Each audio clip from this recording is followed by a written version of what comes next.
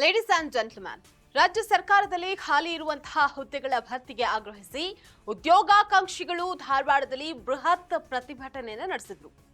ಇದರ ಬೆನ್ನಲ್ಲೇ ಸಿಎಂ ಸಿದ್ದರಾಮಯ್ಯ ನೇಮಕಾತಿ ಪ್ರಕ್ರಿಯೆಗಳನ್ನು ಹಂತ ಹಂತವಾಗಿ ನಡೆಸ್ತಾ ಇದ್ದಾರೆ. ಆದ್ರೆ ಇದೀಗ ಬಿಜೆಪಿ ಮೀಸಲಾತಿ ಒಳ ಮೀಸಲಾತಿಗೆ ಅವಕಾಶ ಕೊಡಿ, ಅನ್ಯಾಯ ಮಾಡ್ತಾ ಇದ್ದೀರಾ ಅಂತ ಅಪಸ್ವರವನ್ನ ಎತ್ತಿದೆ. ಅದೇ ಒಳ ಮೀಸಲಾತಿ ಜಗಳ. ಅದೇನು ಅಂತ ನೋಡ್ತಾ ಹೋಗೋಣ. ವೀಕ್ಷಕರೇ, ನೆಲ ಜಲ ಭಾಷೆಗಾಗಿ ಪ್ರಾಮಾಣಿಕ ಪತ್ರಿಕೋದ್ಯಮ. ನೀವು ನೋಡ್ತಾ ಇದ್ದೀರಾ ಫೋಕಸ್ ಟಿವಿ. ನಾನು ನಿಶ್ಚಿತ.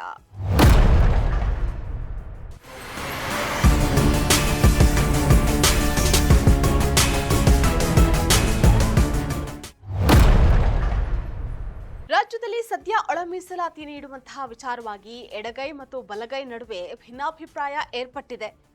ಒಳ ಮೀಸಲಾತಿ ಅಳವಡಿಸದೆ ಸರ್ಕಾರ ನೇಮಕಾತಿ ಪ್ರಕ್ರಿಯೆಯನ್ನು ಆರಂಭ ಮಾಡಿದ್ರೆ ಅದು ಮಾದಿಗ ಸಮುದಾಯಕ್ಕೆ ಅನ್ಯಾಯ ಮಾಡಿದಂತಾಗುತ್ತೆ ಅಂತ ಎಡಗೈ ಸಮುದಾಯದ ಬೇಡಿಕೆಯಾಗಿದೆ.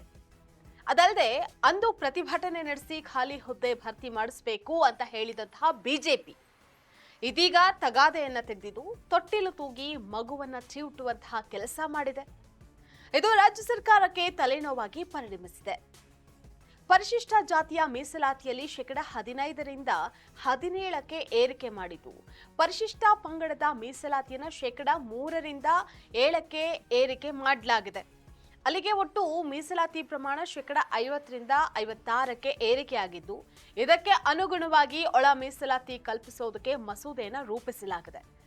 ಮಸೂದೆಗೆ ರಾಜ್ಯಪಾಲರು ಸಹಿ ಹಾಕಿದ್ದು, ಇದೆಲ್ಲದರ ನಡುವೆ ಮೀಸಲಾತಿಯನ್ನು 56% ಏರಿಕೆ ಮಾಡಿದ್ದಕ್ಕೆ ಹೈಕೋರ್ಟ್ ತಡೆ ನೀಡಿದೆ. ಆದರೆ ಖಾಲಿ ಹುದ್ದೆ ಭರ್ತಿ ಮಾಡಿ ಅಂತ ಉದ್ಯೋಗಾಕಾಂಕ್ಷಿಗಳು ಪ್ರತಿಭಟನೆಯನ್ನ ಮಾಡಿದ್ರೆ ವಿಪಕ್ಷ ನಾಯಕ ಆರ್ ಅಶೋಕ್ ಕೂಡ ಬೆಂಬಲವನ್ನ ಸೂಚಿಸಿದ್ರು.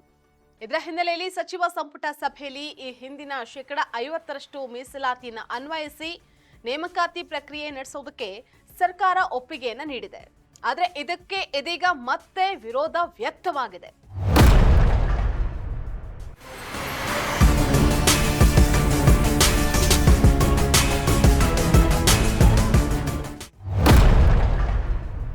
ಬಿಜೆಪಿಯ ರಾಜ್ಯಾಧ್ಯಕ್ಷ ವಿಜಯೇಂದ್ರ 56% ಮೀಸಲಾತಿಗೆ ಒಪ್ಪಿಗೆಯನ್ನ ಪಡೆದೇ ಹುದ್ದೆಯನ್ನ ಭರ್ತಿ ಮಾಡಬೇಕು, ಇಲ್ಲದೆ ಹೋದ್ರೆ ಶೋಷಿತ ಸಮುದಾಯಗಳಿಗೆ ಅನ್ಯಾಯ ಮಾಡಿದಂತಾಗುತ್ತೆ ಅಂತ ವಾಗ್ದಾಳಿಯನ್ನು ನಡೆಸಿದ್ದಾರೆ.